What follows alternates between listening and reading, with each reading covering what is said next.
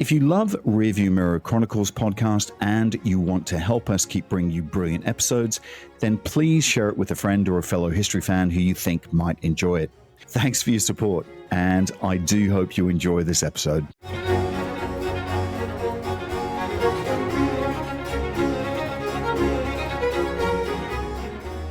Hello, I'm Keith Hockton. I'm an author and a public historian. I've had a wee bit of a cold this week, and unfortunately, I haven't been able to finish the research on the podcast that I wanted to air, so I thought I'd run with my favorite poems.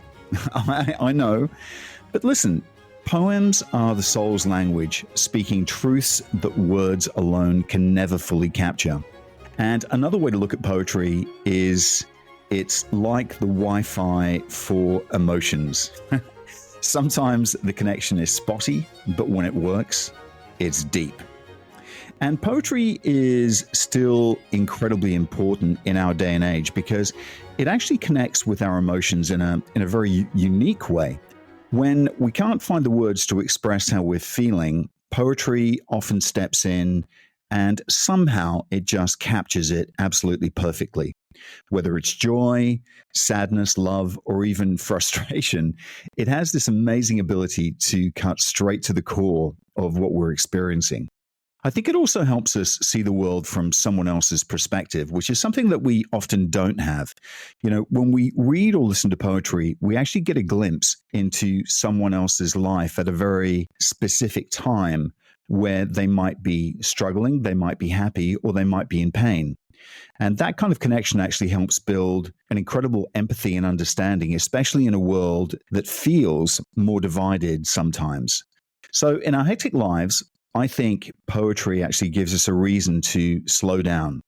It's a chance to hit pause and think about the deeper stuff. You know, what life really means, what beauty looks like in everyday moments, or how to make sense of an incredibly tough situation.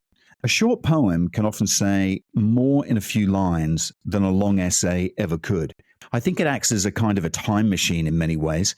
Poetry actually captures moments in history, thoughts and feelings, from different times and places, effectively helping us understand what people were going through then.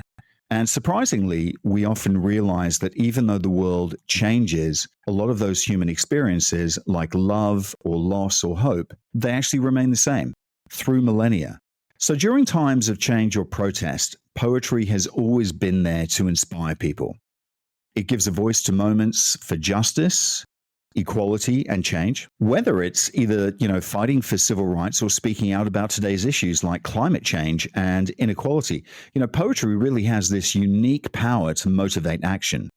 And then there's just the beauty of the language itself. In a world full of texts and quick messages, poetry reminds us to appreciate words, how they sound, how they feel, and how they can be arranged to create something meaningful and incredibly beautiful. So on a personal level, poetry for me is also very healing. A lot of people turn to poetry when they're trying to make sense of difficult emotions or situations. I'm one of those people. And whether reading it or writing it, poetry offers a way to process what's going on inside. And on a very personal level, for me, it actually helps me find inner peace. Poetry actually challenges us to think differently, and this is very important. It pushes us out of our usual way of seeing things and introduces new ideas, I guess, and perspectives. And what I love about it is that it can be playful, it can be deep, it can be abstract, but it always makes us see the world in a very new light. So even today, poetry is incredibly relevant because it helps us connect with ourselves, for sure, certainly with others, and I also think with the world around us. So to my 8 favorite poems, I hope you enjoy them as much as I love them. I'm going to start with Invictus, but keep in mind, there's no rhyme or reasons to these poems. They're just my favorites. So there isn't a number 1 and there isn't a number 8, but they all have very different meaning to me, and I hope will resonate with you. This is a short poem by the Victorian-era British poet William Ernest Henley, who wrote it in 1875. When Henley was 16 years old, his left leg required amputation owing to complications arising from tuberculosis, which then caused him to have a very bad fall. In the early 1870s, after, seeking treatment for problems with his other leg in Margate, he was told that it would actually require a similar procedure and probably amputation. Instead of doing that, he instead chose to travel to Edinburgh, where the best doctors in the land were. And this was in 1873. And he enlisted the services of a very distinguished English surgeon called Joseph Lister, who was actually able to save Henley's remaining leg after multiple surgical interventions on the foot. When recovering in the infirmary, he was actually moved to write the verses that eventually became the poem Invictus. And I think this says a lot about Henley himself, but also self-discipline and fortitude in adversity, and of course that stoic, kind of English character. So here we go. Poem number 1, Invictus. Out of the night that covers me, black as the pit from pole to pole, I thank whatever gods may be for my unconquerable soul. In the fell clutch of circumstance, I have not winced nor cried aloud. Under the bludgeonings of chance, my head is bloody but unbowed. Beyond this place of wrath and tears looms but the horror of the shade, and yet the menace of the years finds and shall find me unafraid. It matters not how strait the gate, how charged with punishments the scroll, I am the master of my fate. I am the captain of my soul. So the central theme of Invictus revolves around resilience and, inner strength. Henley's portrayal of a defiant spirit, refusing to be defeated by life's challenges, resonates with so many and still resonates with so many now. And I think Henley is brilliant the way he actually employs powerful and evocative imagery to actually convey that message really effectively. My next poem is The Road Not Taken, and it's a narrative poem by Robert Frost, and it was first published in 1915. I suppose its central theme is the divergence of paths, both literally and figuratively speaking, although its interpretation is actually noted for being complex and potentially divergent.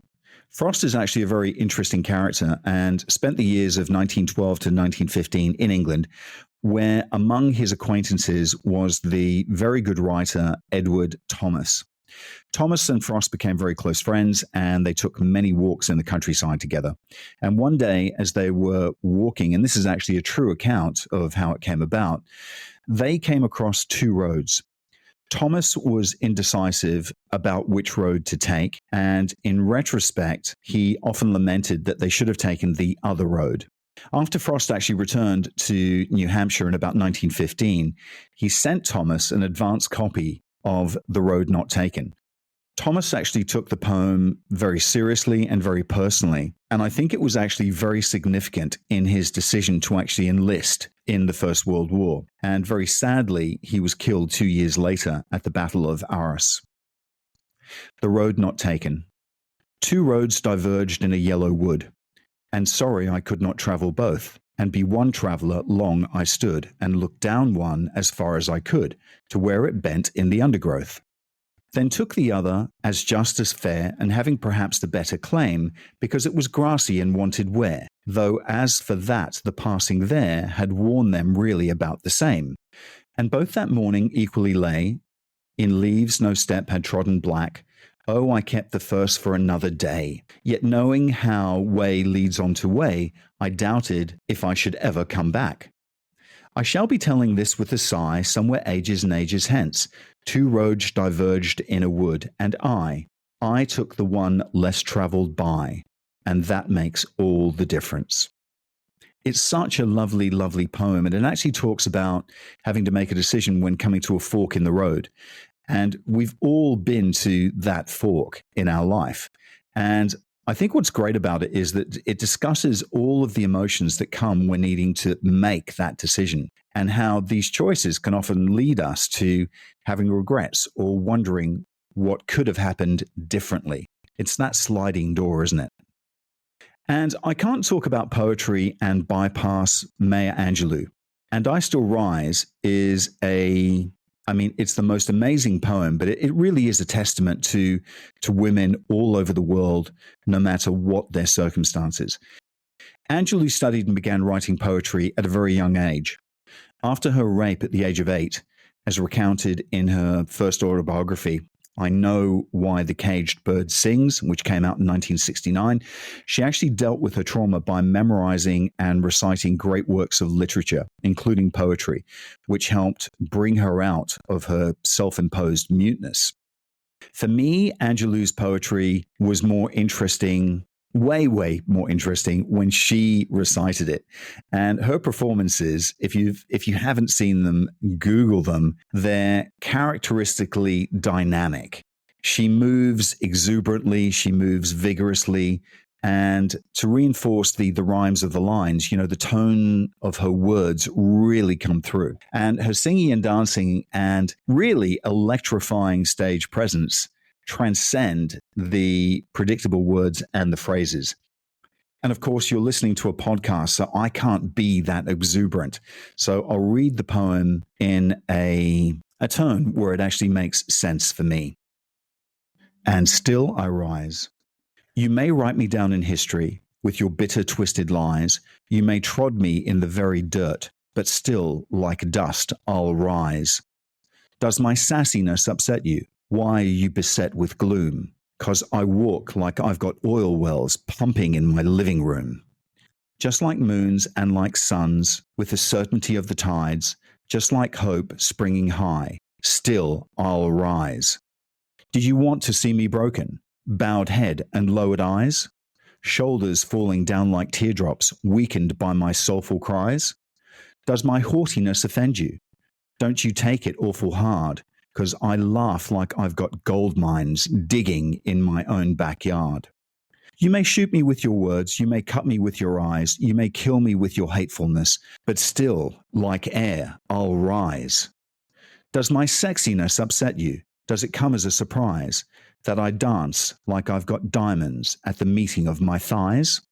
Out of the huts of history's shame, I rise. Up from the past that's rooted in pain, I rise. I'm a black ocean, leaping and wide.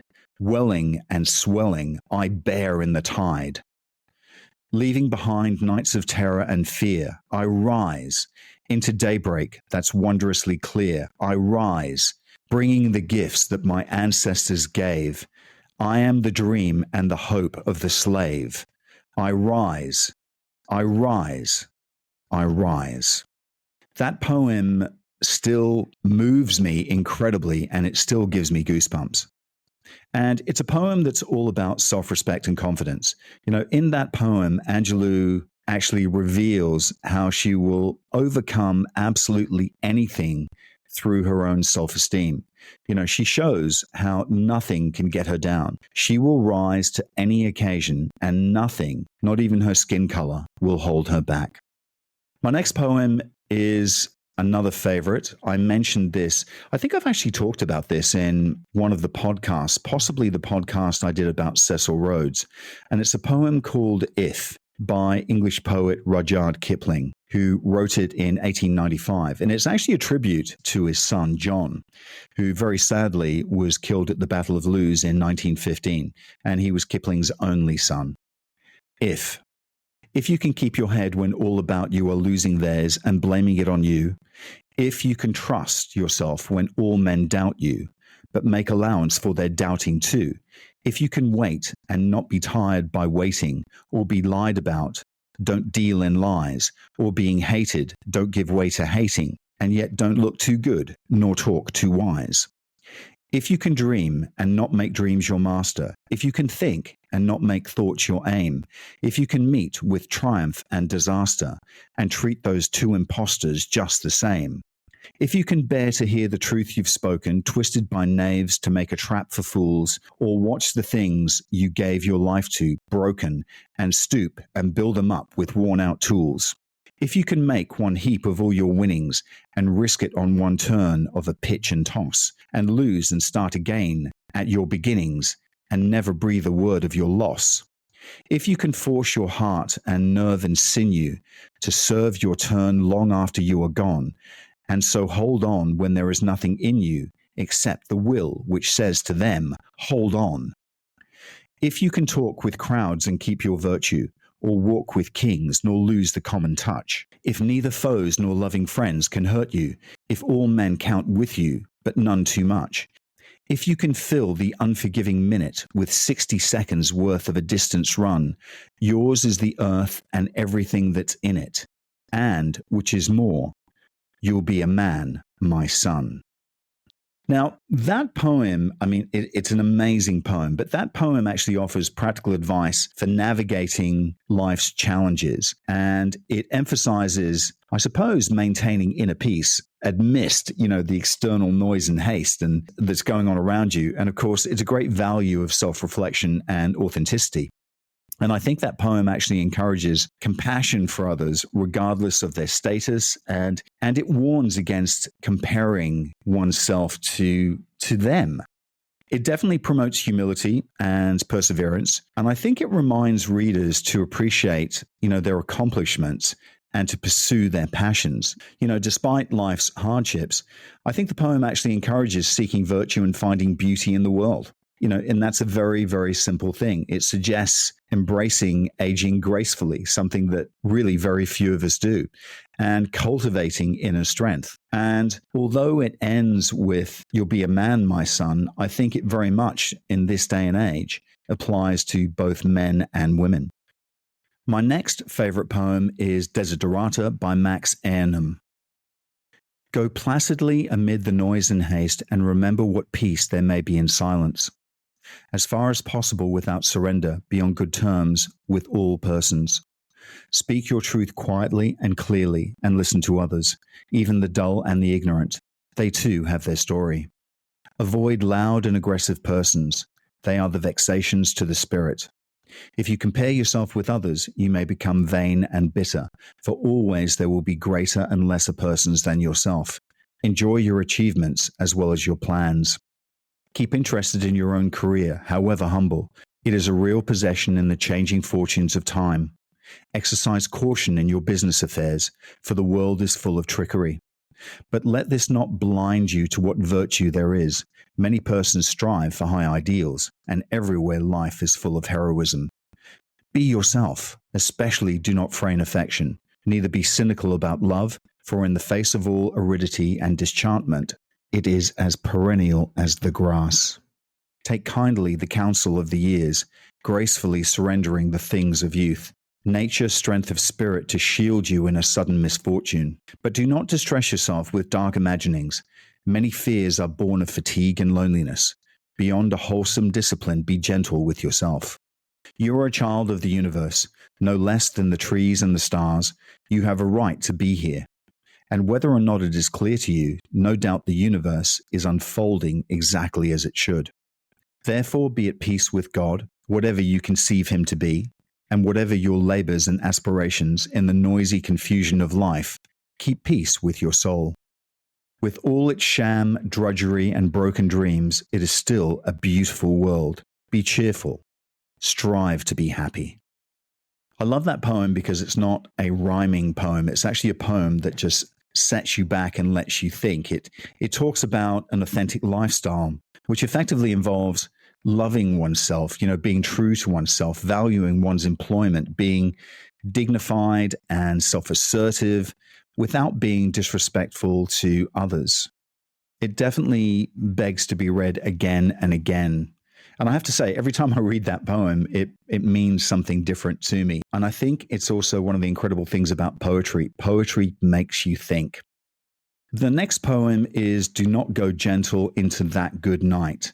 And it was written in 1951, and I'm laughing because I know I'm about to mispronounce his name. And my Welsh listeners, I apologize in advance. But it's a great poem, and it's actually been suggested that this poem was written for Dylan Thomas's dying father, or Dylan Thomas. Dylan Thomas? I think that's how you pronounce it in Welsh. Although the poem was written in 1951, Thomas's father didn't die until the Christmas of 52, and it's got no other title. That's the title. Do not go gentle into that good night. And it's a line that actually appears as, I think, a refrain throughout the poem, along with its other refrain, which is rage, the rage about dying. So let me just read it to you and you can see what you think. Do not go gentle into that good night. Do not go gentle into that good night. Old age should burn and rave at close of day. Rage, rage against the dying of the light. Though wise men at their end know dark is right, because their words have forked no lightning, they do not go gentle into that good night. Good men the last wave by, crying how bright their frail deeds may have danced in a green bay. Rage, rage against the dying of the light. Wild men who caught and sang the sun in flight, and learned too late they grieved it on its way, do not go gentle into that good night. Grave men near death, who see with blinding sight, blind eyes could blaze like meteors and be gay, rage, rage against the dying of the light. And you, my father, there on the sad height, curse, bless me now, with your fierce tears I pray. Do not go gentle into that good night, rage, rage against the dying of the light. For me, it's an angry poem, but I think what Thomas is trying to do, Thomas is actually acknowledging that death is inevitable. Everyone dies sooner or later. But that doesn't mean that people should simply give up and give in to death. And this is what he's trying to tell his father. And I think instead, Thomas actually argues that people should fight fiercely and bravely against death. Don't accept it. Keep on going. The next poem was written when Tennyson was actually poet laureate. And what he's doing is commemorating the heroism of a brigade of British cavalrymen at the Battle of Balaclava in 1854, which was during the Crimean War.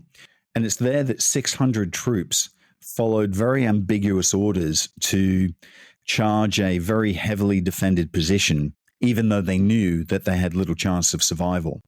And really interestingly, the battle was actually seen from a distance by a traveling Indian prince who was on his way back to India after spending some time in London. And he actually saw the British being defeated and promptly went back to India and actually said, effectively, these buggers can be beaten, And that was actually what started the rise of Indian independence, knowing that the British could be beaten. Isn't it amazing how one incident can actually change the world as we know it? Because eventually that led to the 1857 mutiny and the British East India Company being defeated and the demise of that organization that had been around since 1600. So here we are, the charge of the Light Brigade. Half a league, half a league, half a league onward, all in the valley of death, rode the 600. Forward the Light Brigade, charge for the guns, he said. Into the valley of death rode the 600. Forward the Light Brigade. Was there a man dismayed? Not though the soldier knew someone had blundered.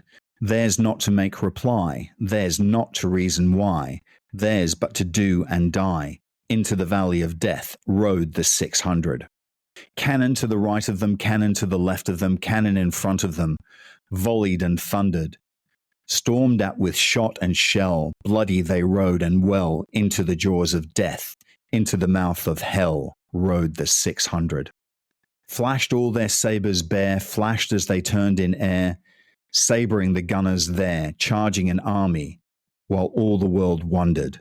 Plunged in the battery smoke, right through the line they broke, Cossack and Russian, reeled from the sabre stroke, shattered and sundered. Then they rode back, but not the 600.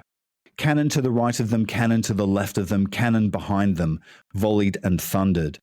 Stormed at with shot and shell, while horses and hero fell.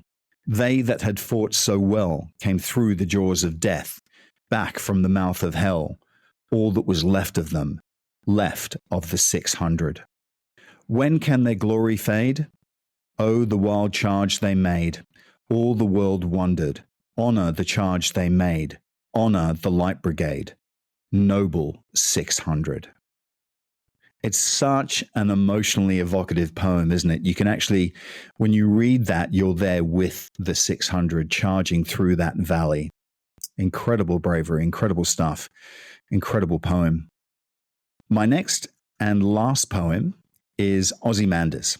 This poem was created as part of a friendly competition in which Shelley and fellow poet Horace Smith each created a poem on the subject of the Egyptian pharaoh Ramesses II.